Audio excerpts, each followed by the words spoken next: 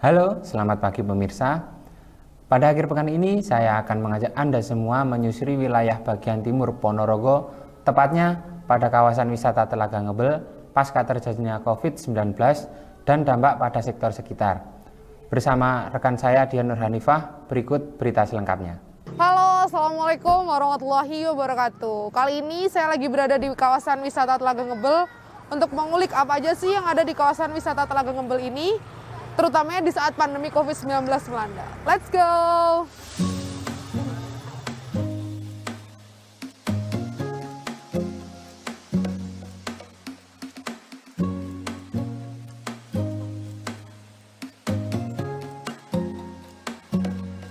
Pandemi COVID itu memberi dampak terhadap kegiatan-kegiatan masyarakat, termasuk kegiatan sosial budaya, sosial budaya.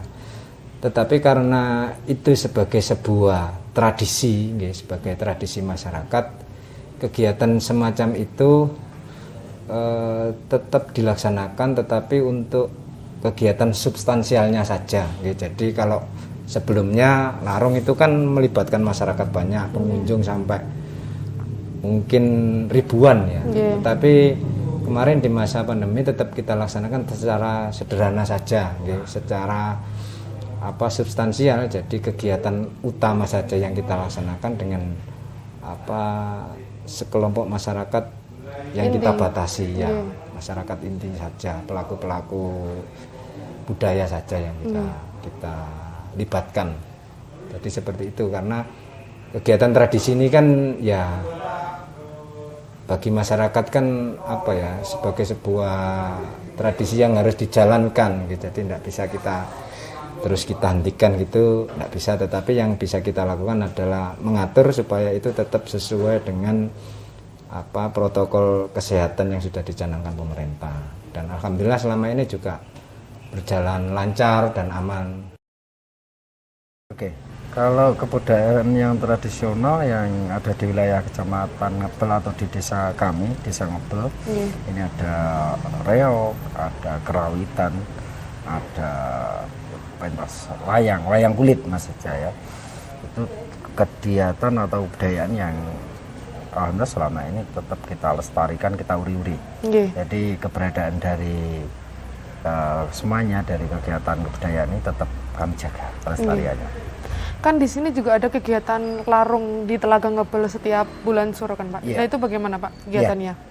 Kalau kegiatan Suro karena di pandemi tentunya, karena itu adat tradisi yang bagi warga masyarakat kami adalah wajib. Ya, bagi warga masyarakat kami dari sisi adatnya adalah wajib, maka itu juga tidak kita tinggalkan. Tetapi konsep atau pelaksanaannya tentunya sangat-sangat betul terbatas dan dilakukan hanya beberapa orang, tapi kegiatan itu tetap jalan, kita jalankan seperti itu. Jadi kalau yang selain larung itu berarti kegiatannya tidak dilaksanakan Pak? Ada namanya kegiatan bersih desa.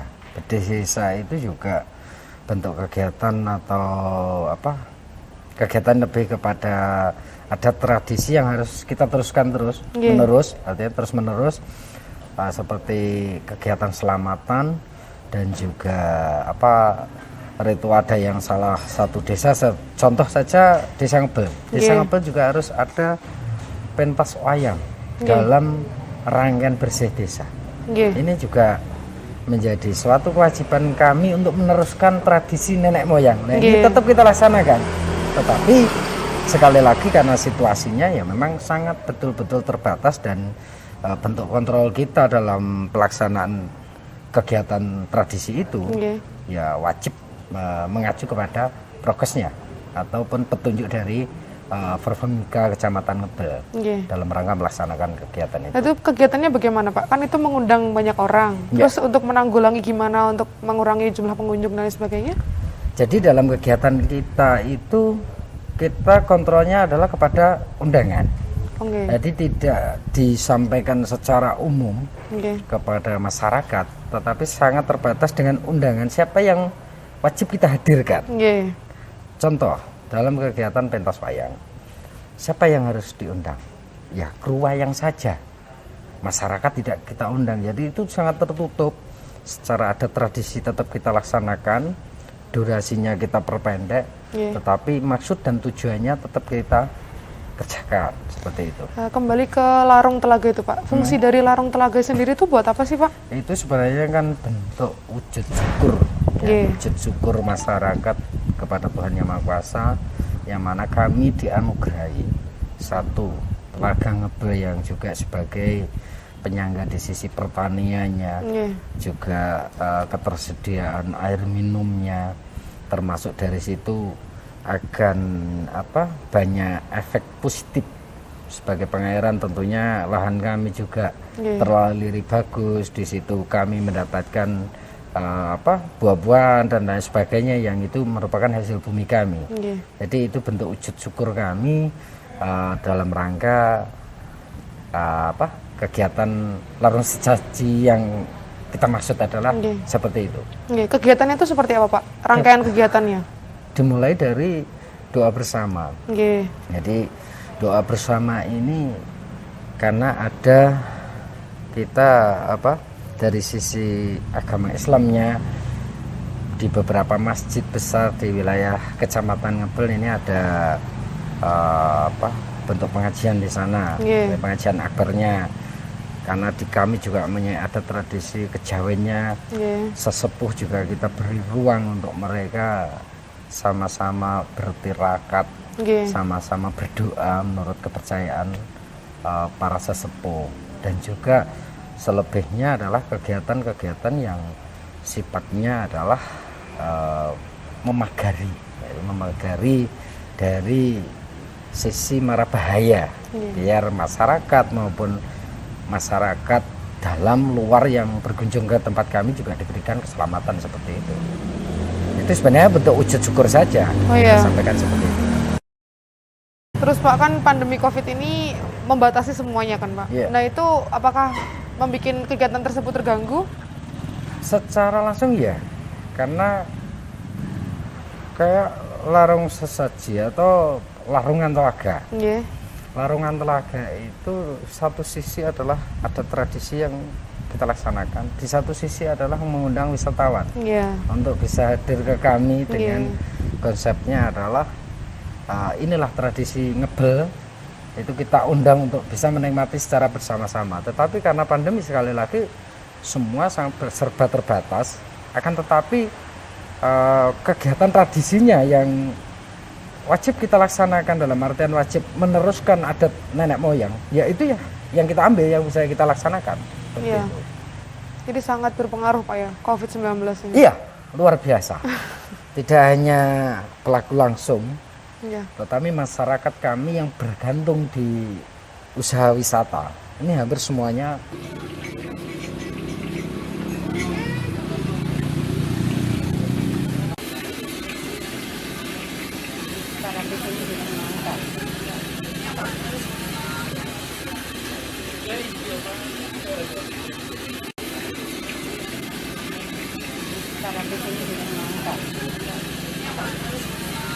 Iya, jadi alhamdulillah ini saat ini kan kita sudah masuk level 2. Level 2 artinya objek wisata ini sudah mulai dibuka kembali walaupun dengan pembatasan jumlah pengunjung, jumlah pengunjung.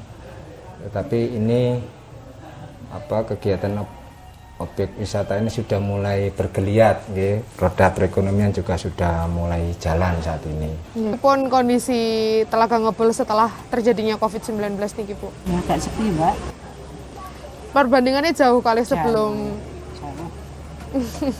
Setelah PPKM ini mulai ada peningkatan apa dereng Bu? Alhamdulillah, wonten peningkatan pengunjung lumayan. Terus nih Bu, pendapatannya turun berapa persen setelah terjadinya COVID ini Bu? Kan nggak jualan lama Mbak, hampir 6 bulan loh nggak jualan.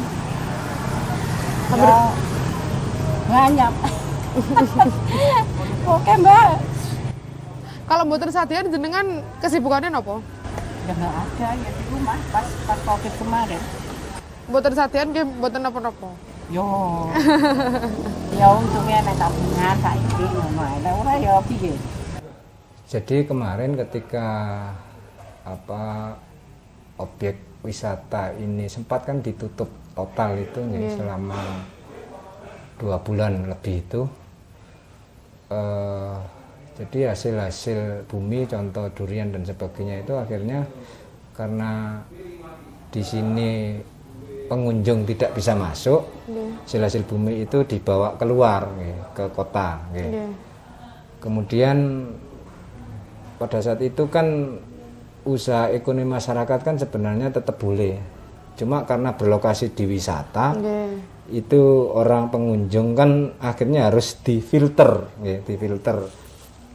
karena contoh pelaku jasa rumah makan, pelaku jasa usaha rumah makan itu kan sebenarnya boleh ketentuannya, cuma ada pembatasan operasional, sehingga ketika pengunjung masuk itu harus difilter bahwa benar mereka keperluannya untuk ke rumah makan, sehingga ekonominya itu tidak sampai mati total, jadi tetap bisa berjalan tetapi dikontrol, difilter. Jadi aktivitas masyarakat lokal itu tetap bisa berjalan, terutama ekonominya, walaupun ya tetap saja terpengaruh karena memang pergerakan ekonomi itu memang bersumber dari pengunjung yang datang ke sini. Jadi upaya-upaya seperti itu supaya ekonominya tetap berjalan. Jadi difilter di portal pintu masuk itu agar, karena tadi yang saya sampaikan, sebenarnya rumah makan itu hanya ada pembatasan operasional, jadi pagi sampai jam 8, tetapi karena di sini objeknya ditutup, ketika orang itu sudah reservasi ya kita diperkenankan masuk di sana. Tapi ketika itu selesai ya tidak boleh berkerumun di dermaga dan sebagainya, ya mereka sedang selesai segera menyesuaikan gitu. Ya kami di pemerintahan terbawah, pemerintah desa, kami ada suatu kewajiban memberikan pembiayaan, biaya kepada masyarakat tiap bulan yang berupa bantuan langsung tunai. Nah itu dikhususkan adalah masyarakat yang memiliki usaha dan masyarakat miskin. Artinya mereka yang bergantung hidup dalam kegiatan dunia wisata yang maksud, dan bergantung hidup ke dunia yang lain. Tapi yang lebih fantastis memang secara dampak memang di sisi wisatanya, karena dari rame tidak ada kegiatan. Nah ini luar biasa dampaknya. Nah itu kami dari pemerintah terbawah, pemerintah desa, satu sisi itu bisa mengcover masyarakat yang wajib menerima bantuan langsung tunai yang pembiayaan dari pemerintah desa yang dikelola oleh pemerintah desa. Selanjutnya selebihnya adalah pemerintah daerah, pusat dan lain sebagainya. Itu alhamdulillah juga sedikit mengobati, walaupun tidak serta-merta bisa membiayai mereka, tapi untuk makan insya Allah. Kan ini di Indonesia mulai masuk varian virus baru Omicron, Pak. Nah itu bagaimana langkah pemerintah, Pak, terkait hal tersebut? Jadi kalau kita di Satgas Kecamatan, tentu yang pertama itu tetap mengedukasi masyarakat untuk tetap patuh protokol kesehatan. Ya salah satunya tadi belum boleh melakukan kegiatan-kegiatan pengumpulan massa. Kemudian kebijakan pariwisata untuk mengontrol jumlah pengunjung. Kemudian yang sekarang saat ini sedang digencarkan adalah mendorong vaksinasi kepada masyarakat. Sekarang kan sudah mulai masuk vaksinasi yang anak-anak usia 6-11, setelah kemarin 12 ke atas itu, dan alhamdulillah capaian untuk vaksinasi di wilayah Kecamatan Mebel cukup bagus. Saya kira itu yang upaya-upaya yang kita lakukan supaya masyarakat lebih terbentengi dari penyebaran virus secara umum. Kalau virus Omicron saya kira belum terlaporkan masuk ke Ponorogo.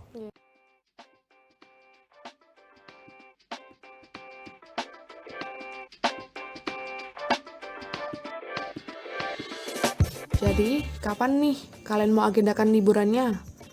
Mari support ekonomi masyarakat sekitar dengan kembali berwisata dan menghilangkan penat pasca menjalani rutinitas sehari-hari. Namun, jangan lupa juga ya untuk menaati protokol kesehatan yang ada dengan menggunakan masker, menjaga jarak, dan selalu mencuci tangan. agar terhindar dari paparan COVID-19 ini. Jangan lupa juga ya, masukin kawasan wisata Telaga Ngebel ini sebagai salah satu destinasi wisata yang akan kalian kunjungi ketika berlibur nanti.